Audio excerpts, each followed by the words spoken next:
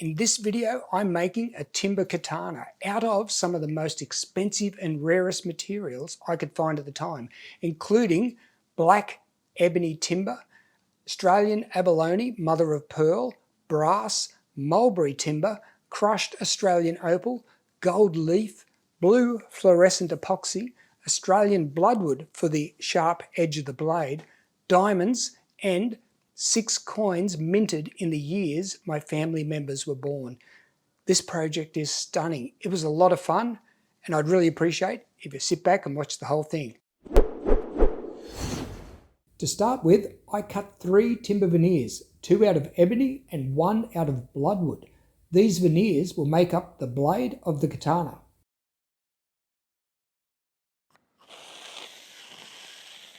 The blade will have ebony on one side, bloodwood in the centre for the sharp edge, followed by another layer of ebony. After gluing the 3 laminates together with CA glue, I cut along one of the glue lines on the bandsaw. The bandsaw cut weaves left and right to leave a rippled texture. This textured pattern is used in the next glue up when I use epoxy.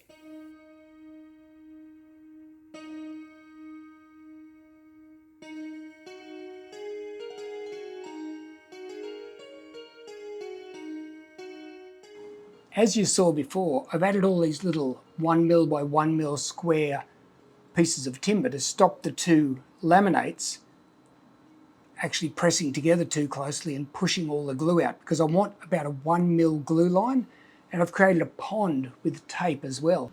It should work really well, so hang around and we'll see how this goes.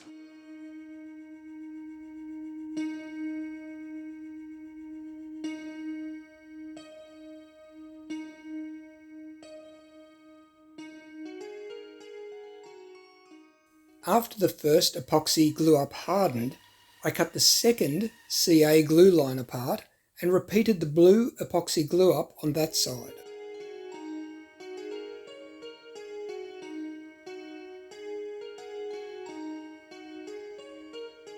Well, I have to admit, that was one of the most interesting glue ups I've ever done in my entire life. Blue iridescent, glow in the dark epoxy between ebony and bloodwood for a katana. That's so cool. After cleaning up the excess epoxy, I cut the katana blade to shape on the bandsaw. I purchased a few beautiful ebony planks a long time ago, and now I get to share them with you on YouTube. I try to use it respectfully on beautiful projects, such as this katana. After marking out the blade profile, I cut the blade taper, or haraju.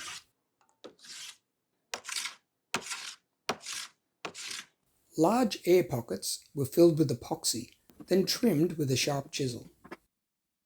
Each pass of the plane revealed more blue epoxy. The wavy epoxy line represents the hum-on line, or temper pattern of the blade.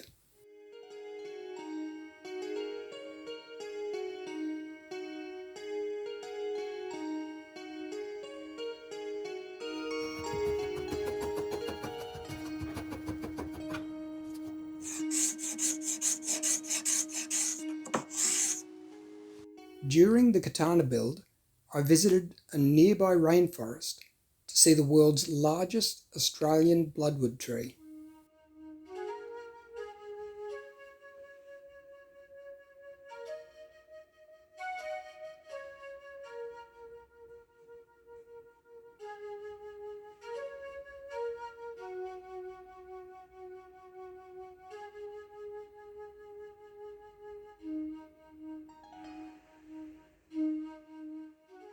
I would like to think some of the original katana handles were made from mulberry, mainly because it's such a beautiful timber to work with, and was available in Japan as well.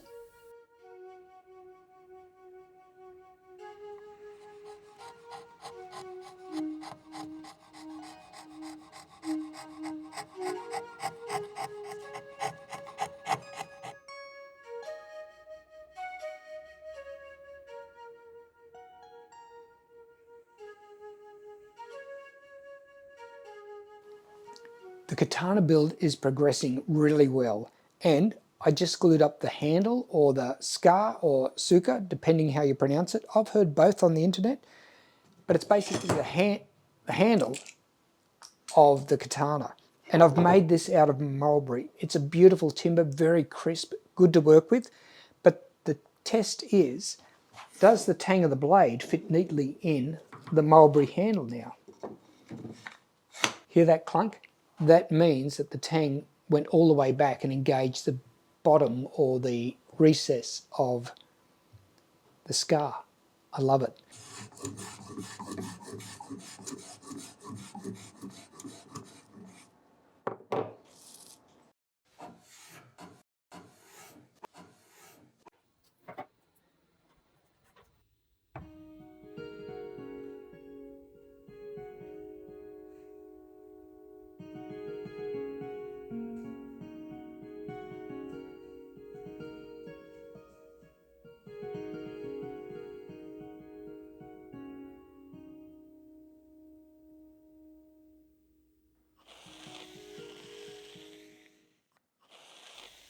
I wanted the guard, which is called the suba, to be ornate and beautiful.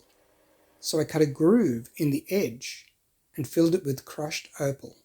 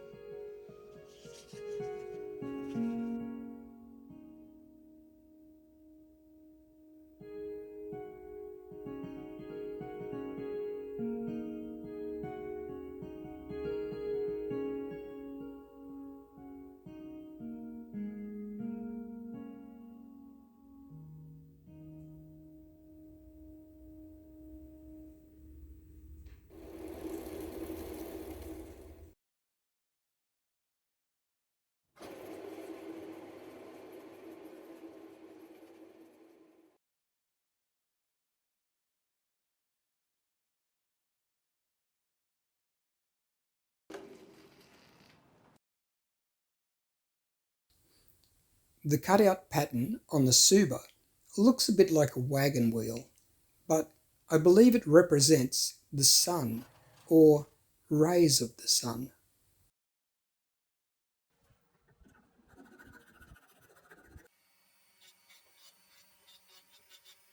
Each side of the suba will tell a story. This side is the east and features a gold leaf cherry tree.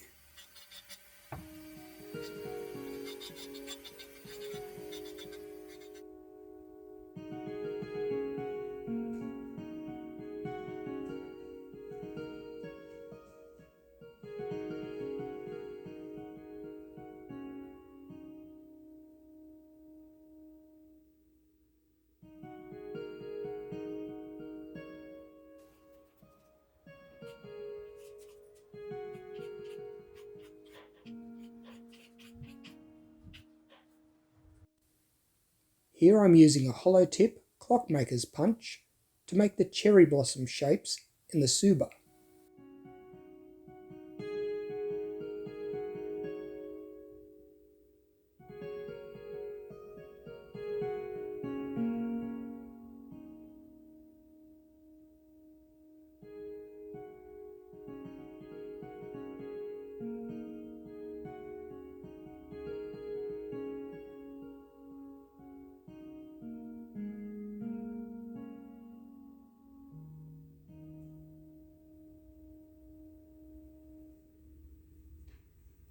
After a coat of epoxy, it was time to share the suba with Lola the shed dog.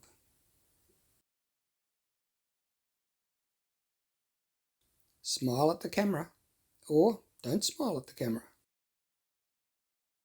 On either side of the suba guard are brass washers, which are called seppers. I don't do a lot of metal work, but for my katana I thought brass would look fantastic.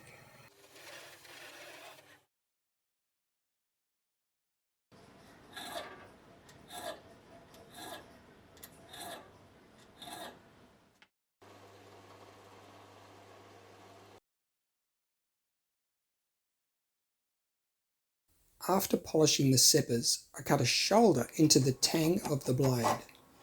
This is where the blade collar or habaki fits.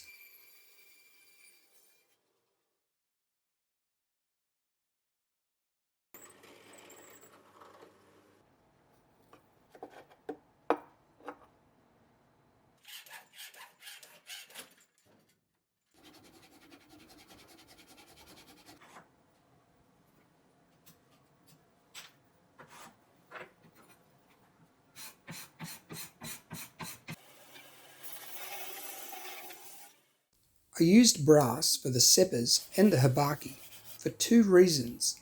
Firstly, brass is a traditional material in the making of katanas, and secondly, it looks stunning against the black ebony. It's time to make the kashira, or the end cap on the handle, which is the end cap furthest away from the blade. Now I was going to make it out of metal, but it just became, well, it was just too hard. So I'm going to make it out of epoxy, blue glow-in-the-dark fluorescent epoxy, and I'm going to flood that epoxy with brass shavings.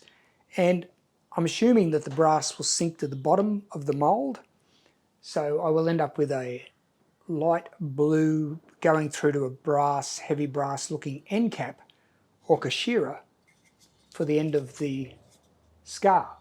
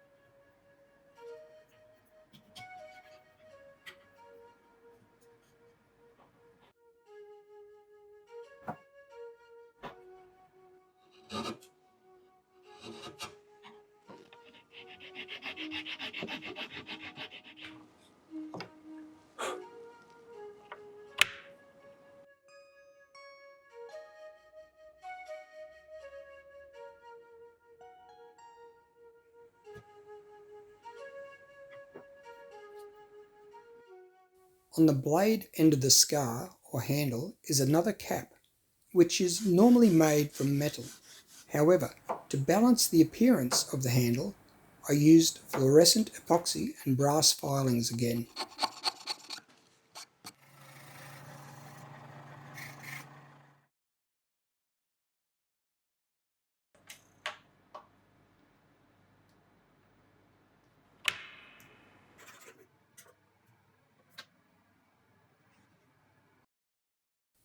At this point, I've only told half the story of East meets South Katana.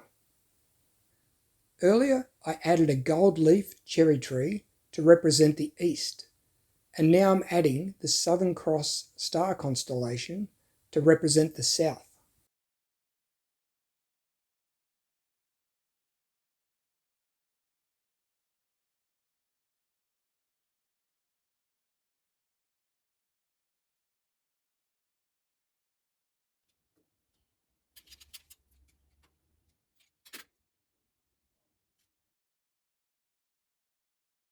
I think mother of pearl has links to East and the South, and Australian abalone shell ranges from white through to stunning blue and greens.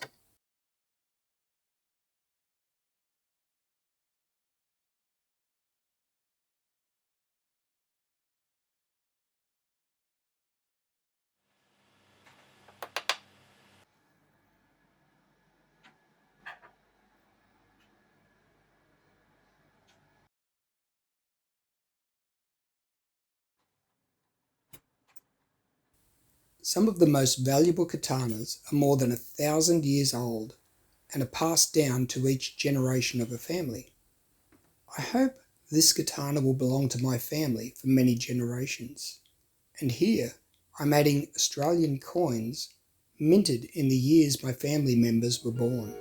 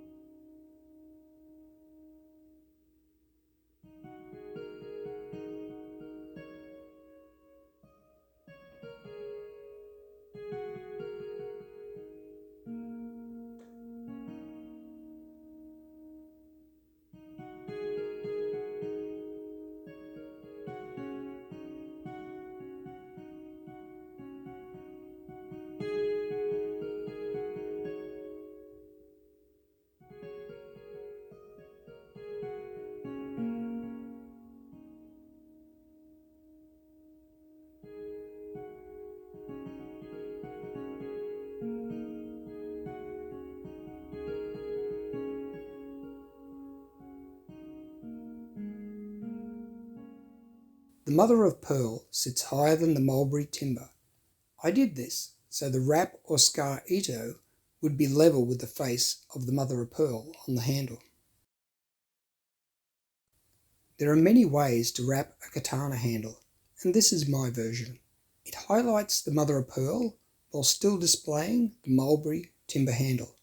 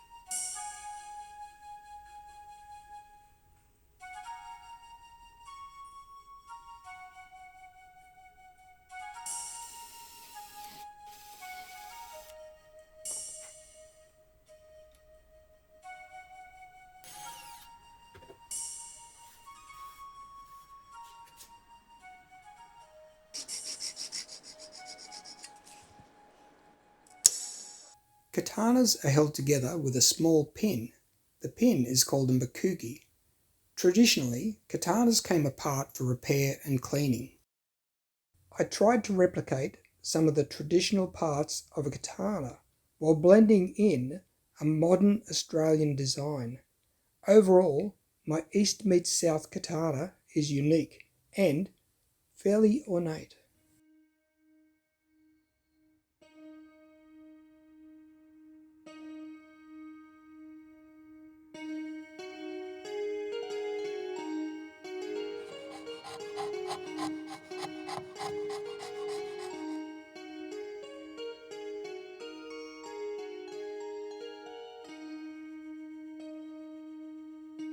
Where traditional katana makers would carve their signature or name into the metal blade or tang, I decided to carve my YouTube channel name into the tang instead.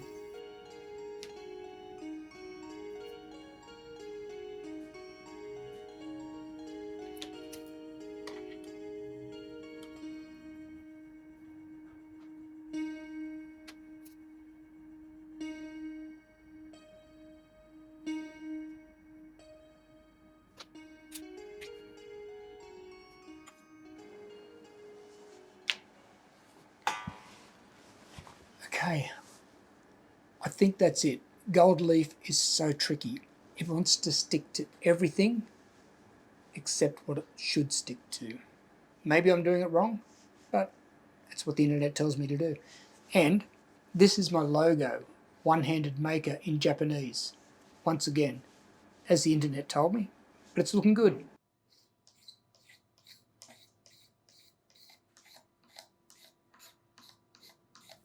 It doesn't snow where I live unless you make your own out of gold.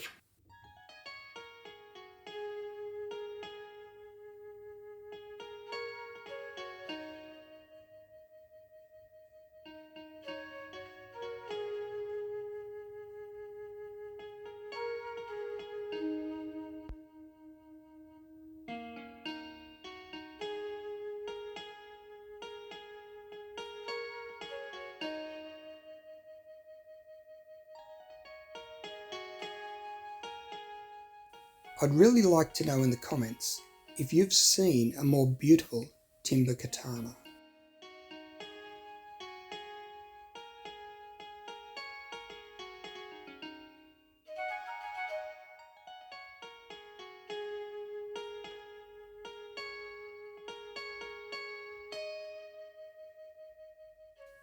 My next video is a stunning dragon themed scabbard made out of snakewood for this katana. So make sure you hit the like button, subscribe and ring the notification bell or you might miss it.